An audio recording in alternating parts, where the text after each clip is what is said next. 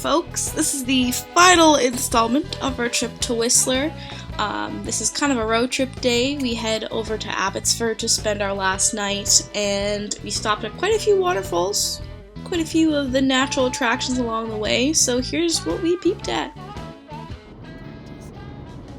Alright, we're driving to Squamish today. We came to a park and it's closed, but look at this. We're sitting here, this dude pulls up. First of all, he's an hour late.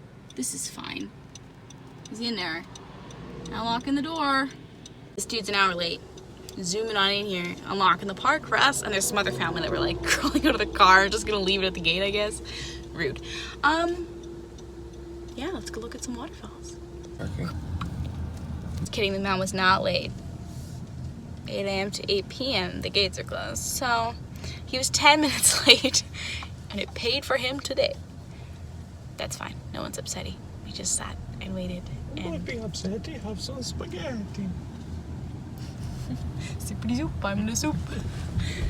Another nice thing about BC parks is that they are free. And even some of them that you don't need a pass or anything. There's a few that do, like Garibaldi, which we tried to go to, because their pass system is really just to like restrict the number of people coming into the park. And so that is neat, you know. If I lived here, I'd be happy if my taxes went into park preservation and ecology. I'd be down for that, you know. Supports tourism, supports your local ecology and economy. Yeah, we're here for it. And it preserves nature for the next generation to see. Cyrus, are you speaking sustainable? No. See, not all conservatives hate the environment. No conservative hates the environment. It's a trans can, and we're on it. Yes. Just much further away. This is the cheekiness of Chiquitita? Yeah. And this is what we hiked along. Chiquitita, da da da da da. Do, do, do, do, do, do, do, do. Dad was gonna give me like the gyroscope. Like he's got a gyro. Yeah. So you can hold it and have videos that are smooth. But he packed it all away. Sure. Oh, that's gorgeous. We're at a railway crossing now. Whew. Sunny. Very gorgeous, but I kind of like low-key collect rail pegs, like the nails. So we're gonna go for a casual stroll. See if we can find one. Will they let me take it through airport security? Who knows, but we'll give it a go.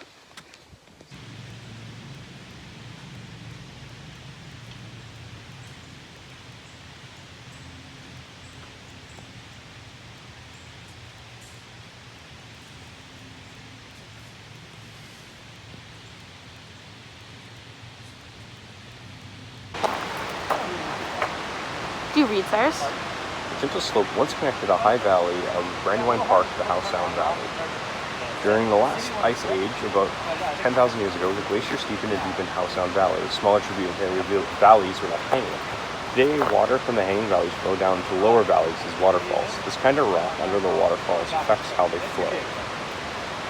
The asphalt layers from the lava flows. Interesting. In Brandywine Falls, the water flows across layers of hard and soft basalt lava soil and loose rubble. Hard basalt flows a cap to the lip of the falls, while at the bottom the pools and a kind of soft layers. Over time, so much of the soft layers are removed that the hard layer collapses and the canyon gets bigger. Fascinating. I think this is a dry year. Think about like on a wet year, how much water's coming down there. This is just like a 4K trail. If I would have known, I would have been like, man, let's hike that. Like yesterday. I assume so, being called Swim Lake. Look at how the water's going away like that. Like it's like a dome. I know, even over there. Yeah. It's very interesting. Now I've been to Wells Gray in I guess central BC, and it's lovely. It's fun to explore a little bit of the falls there, but it's very different. Just when I think of the panoramic view, like the mountains here are so much bigger, and just more, they evoke more majesty, if you will.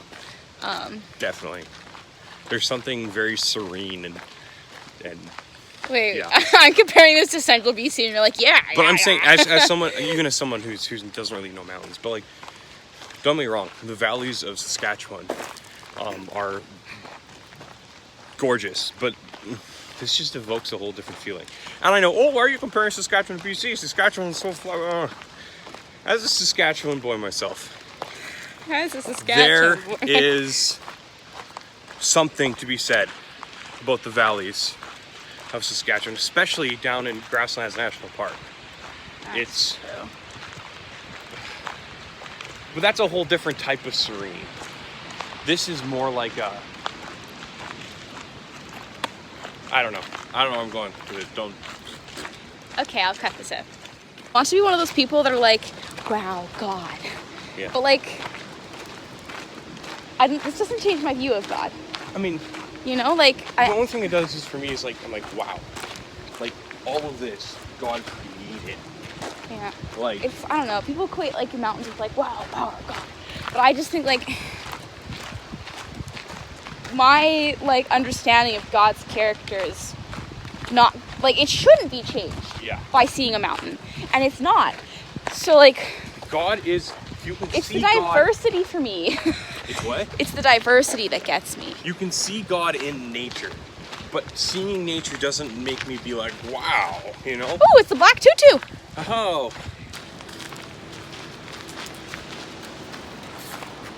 Wow. That's the black Trisket. Gorgeous. There's a hike somewhere around here.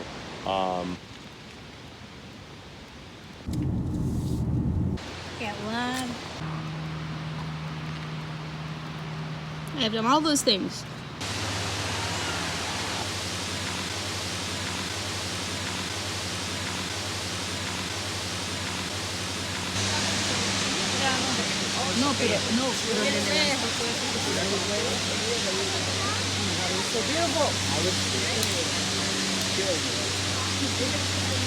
We made another road stop, Shannon Falls, on some deep chunk of granite. It's a big one. It's a big boy.